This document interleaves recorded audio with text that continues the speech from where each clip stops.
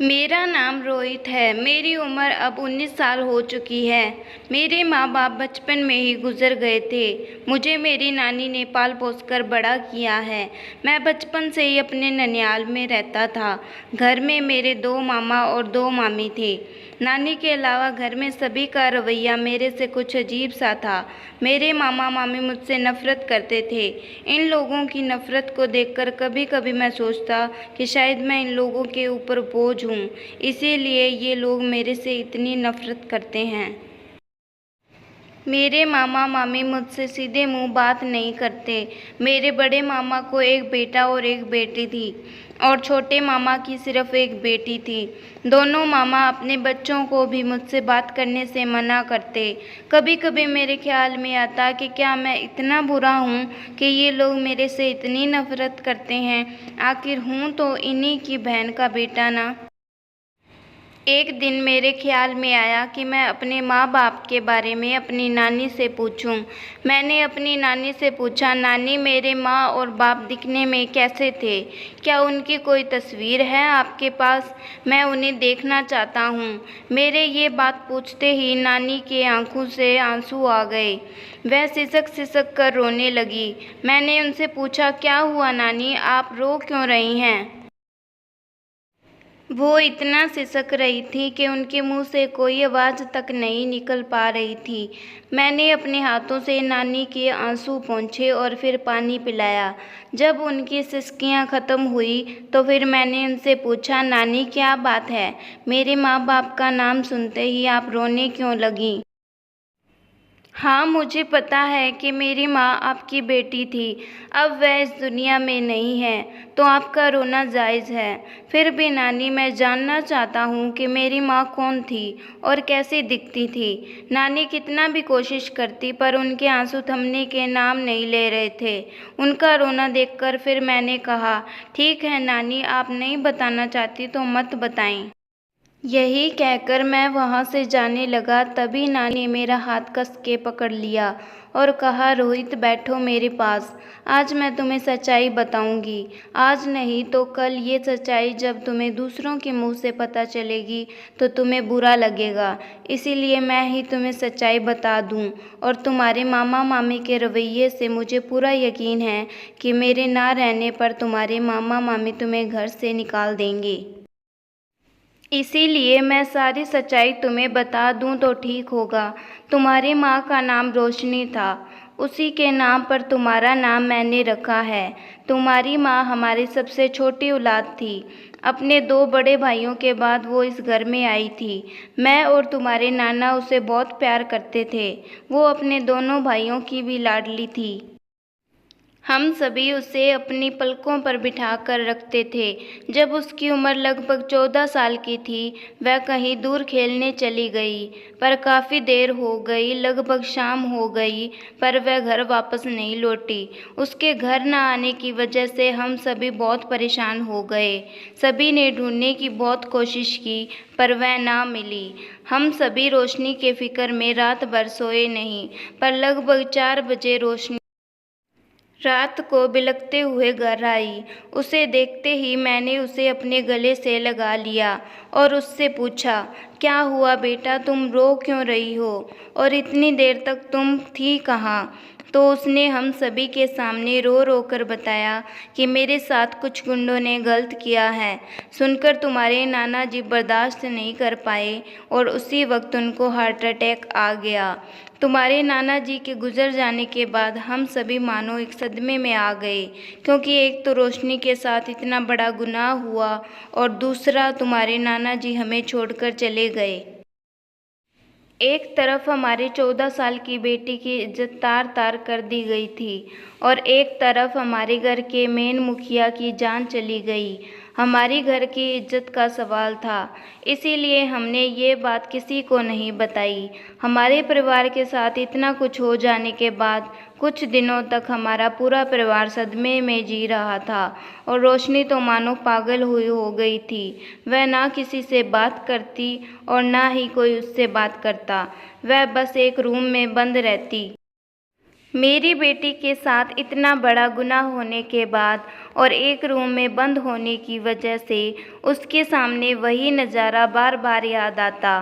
कभी कभी तो वो रात को उठकर रोने लगती। एक दिन मुझे पता चला कि रोशनी सचमुच में पागल हो गई है। वह पागलों की तरह बिहेव करती है। अगर कोई उसके सामने जाता है तो उसे वह मारने लगती है, जिसके डर से उसके रूम में कोई भी नहीं जाता। पर मैं तो माँ थी, मुझे तो वह भूखी रहती तो बहुत तकलीफ़ होती, इसीलिए मैं उसे 2 टाइम खाना देने चली जाती। इसी तरह 6 से 7 महीने बीत गए। हमारा पूरा परिवार किसी तरह अभी सदमे से उबरा ही था कि एक दिन पता चला कि रोशनी प्रेग्नेंट है। यह सुनकर तो मानो फिर से हमारे परिवार के ऊपर एक क़यामत सी आ गई। जब हमें ये बात पता चली कि रोशनी के पेट में बच्चा है, तो हम उसे बेहोशी का इंजेक्शन देकर डॉक्टर के पास लेकर गए। पर बच्चा पेट में 7-8 महीने का हो चुका था, इसीलिए अबॉर्शन नामुमकिन था। डॉक्टर ने अबॉर्शन करने से मना कर दिया और कहा कि अगर अबॉर्शन हुआ तो रोशनी की जान को खतरा है। अपनी बहन की इतनी दुर्दशा देखकर तुम्हारे मामा रो कर बिलख कर रह गए, पर अपनी बहन के दुख को कम नहीं कर सके और हम रोशनी को घर ले आए। लगभग 2 से ढाई महीने बाद तुम्हारा जन्म हुआ। रोशनी की उम्र काफ़ी कम थी और पागल हो जाने की वजह से हम उसका ख्याल भी ठीक तरीके से नहीं रख पाए थे, इसीलिए वह प्रसव पीड़ा नहीं बर्दाश्त कर पाई और तुम्हें जन्म देने के तुरंत बाद हमें छोड़कर इस दुनिया से चली गई। तुम्हारा जन्म घर में ही हुआ था। हमने एक छोटे लेडीज़ डॉक्टर को ज़्यादा पैसे देकर घर पर ही बुलाया था। रोशनी के मरने के बाद तुम्हारे दोनों मामा एकदम सदमे में आ चुके थे और तुम्हें घर में रखने को बिल्कुल तैयार नहीं थे। तुम्हारे पैदा होने की खबर किसी को कानो कान तक नहीं हुई। तुम्हारे मामा उसी रात तुम्हें एक जंगल में ले जाकर छोड़ दिया, पर मुझसे रहा नहीं गया। जब तुम्हारे मामा तुम्हें जंगल में छोड़ने जा रहे थे, तो मैं भी धीरे धीरे से उनके पीछे पीछे चली गई। वह जब तुम्हें छोड़कर चले आए तो मैं दौड़ते हुए तुम्हारे पास गई और तुम्हें अपने सीने से लगा लिया। और जब मैं तुम्हें घर लेकर आई तो तुम्हारे मामा ने तुम्हें घर में रखने से मना कर दिया, पर मैं अपने दोनों बेटों के पैरों पर गिर गई और कहा कि मैं इसे पालूंगी। यह तो छोटा सा नन्हा सा बच्चा है, इसमें इसकी क्या गलती। इसीलिए तुम्हारे दोनों मामा तुमसे नफरत करते हैं और तुमसे बात नहीं करते। बेटा, एक बात मैं तुम्हें और बता देना चाहती हूँ। मैंने तुम्हारे लिए अपने बक्से में कुछ गहने और पैसे इकट्ठे करके रखे हैं और आज वह चाबी मैं तुम्हें सौंप रही हूँ। मेरे ना रहने पर तुम इस घर में मत रहना। वो पैसे और गहने लेकर तुम कहीं दूर चले जाना। यह सब कहते कहते नानी की आवाज़ एकदम काँप रही थी। मेरी आंखों में आंसू ही आंसू थे। यह सब जानकर मैं सोचने लगा कि मेरी जैसी किस्मत किसी भी बच्चे की ना हो। यह सब सुनने के बाद मैं नानी के पास से अपने रूम में चला आया और खूब रोया। अगली सुबह जब सोकर उठा तो पता चला नानी हमें छोड़कर इस दुनिया से चली गई हैं।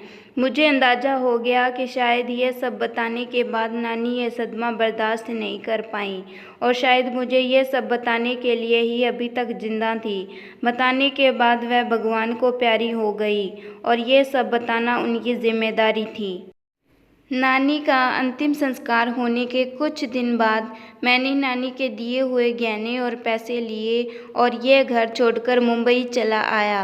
किसी ने मुझे रोका तक नहीं, क्योंकि मैं इन लोगों के लिए एक नाजायज़ था। पर इसमें मेरी क्या गलती थी। घर से दूर जाने के बाद मेरा ना तो कोई रहने का ठिकाना था और न ही खाने का बंदोबस्त। मुंबई में एक मेरा दोस्त रहता था जो ऑटो रिक्शा चलाता था। उसी के पास मैं रहने चला गया और नानी के दिए हुए पैसे और गहने से मैंने भी एक ऑटो रिक्शा खरीदा और चलाने लगा। एक दिन की बात है, मैं अपने ऑटो रिक्शा के सामने खड़ा पानी पी रहा था। तभी एक लड़की दौड़ते दौड़ते मेरे पास आई और कहने लगी कि भगवान के लिए मुझे बचा लो, नहीं तो ये लोग मुझे मार डालेंगे। मैंने नज़रें ऊपर की तो देखा कुछ दूर पर 2-3 आदमी उस लड़की का पीछा करते दौड़ते हुए आ रहे थे। उस लड़के की बात सुनकर मैंने उससे पूछा, क्या हुआ, तुमने ऐसा क्या गुनाह किया है कि वह लोग तुम्हारे पीछे पड़े हैं और तुम्हें जान से मारना चाहते हैं। उस लड़की ने कहा, अभी आप मुझे बचा लो, मैं आपको सब कुछ सच सच बताऊंगी। मैंने उस लड़की को ऑटो रिक्शा में बिठाया और वहां से फरार हो गया और एक सुनसान जगह पर गाड़ी रोक दी। उस लड़की ने कहा, वह मेरे 2 भाई और पिताजी थे जो मेरे पीछे पड़े थे। वह लोग मुझे जान से मार देना चाहते थे क्योंकि मैं एक लड़के से प्यार करती थी। उस लड़के ने मुझे धोखा दे दिया। मुझे बाद में पता चला कि वह लड़का शादीशुदा है और मैं उस लड़के के बच्चे की माँ बनने वाली हूँ। यह सब जानने के बाद मेरे भाई और मेरे बाप मुझे जिंदा ही जला देना चाहते थे, तो आपके पास मदद मांगने आ गई। उस लड़की के मुंह से यह सुनकर मुझे अपनी कहानी याद आ गई कि मैं भी तो अपनी माँ का नाजायज़ औलाद ही था। जिस तरह आज मैं एक लवारिस की तरह भटक रहा हूँ, उसी तरह इस लड़की के पेट में पल रहा बच्चा भी भटकेगा। मैं इस मासूम के साथ ऐसा नहीं होने दूंगा। मैंने उस लड़की से कहा, तुम चिंता मत करो, अगर तुम कहो तो मैं तुमसे शादी कर तुम्हारे पेट में पल रहे बच्चे को अपना लूँगा। मेरे मुंह से ये सब सुनकर वह लड़की मेरे पैर पर गिर गई और कहने लगी कि आप इंसान नहीं, आप भगवान हैं। उसका नाम सोनिया था। सोनिया और मैं एक मंदिर में गए और वहाँ जाकर हमने शादी कर ली। आज मैं और सोनिया शादी कर अपनी ज़िंदगी में बहुत खुश हैं। सोनिया ने अपने पेट में पल रहे बच्चे का अबॉर्शन करवाना चाहा, पर मैंने मना कर दिया। कुछ दिन बाद सोनिया ने एक बेटे को जन्म दिया। हमारा बेटा अब 3 साल का हो चुका है और स्कूल भी जाने लगा है। दोस्तों, हमारी तरह कई लवारिस इस दुनिया में भटक रहे हैं। हमारी क्या गलती थी? गलती किसी और ने की और सज़ा हमें भुगतनी पड़ती है। पर जब हमारा दिल दुखता है तो जिन लोगों ने हमारे और हमारी माँ के साथ गलत किया है वह लोग कभी सुखी नहीं रहते। इसीलिए किसी भी लड़की से प्यार करें, उसे धोखा ना दें और किसी भी लड़की के साथ गलत ना करें।